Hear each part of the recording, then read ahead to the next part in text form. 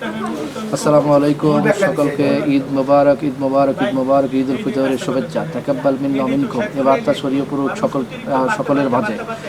রমজানের রহমত, নাজাত এবং মাগফিরাত, এই তিন স্তরের আমাদের যে আমল, সেই আমলকে আল্লাহ যাতে কবুল করে এবং তার থেকে শিক্ষা নিয়ে যাতে আমরা ঈদের আনন্দকে ভাগাভাগি এবং শেয়ার করতে পারি, তার প্রত্যাশা করি।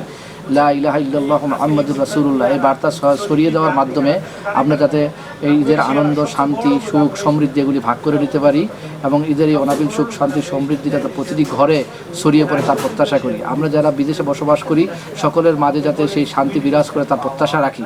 এবং আপনারা জানেন যে এই বিশ্ব এখন তেমনিভাবে ভালো একটা শেপে নাই, যাতে আমরা এই বিশ্বের ভিতরে শান্তি স্থাপন হয় এবং এই সুখ শান্তি সকলের মাঝে ছড়িয়ে পড়ে তার প্রত্যাশাও ব্যক্ত করি।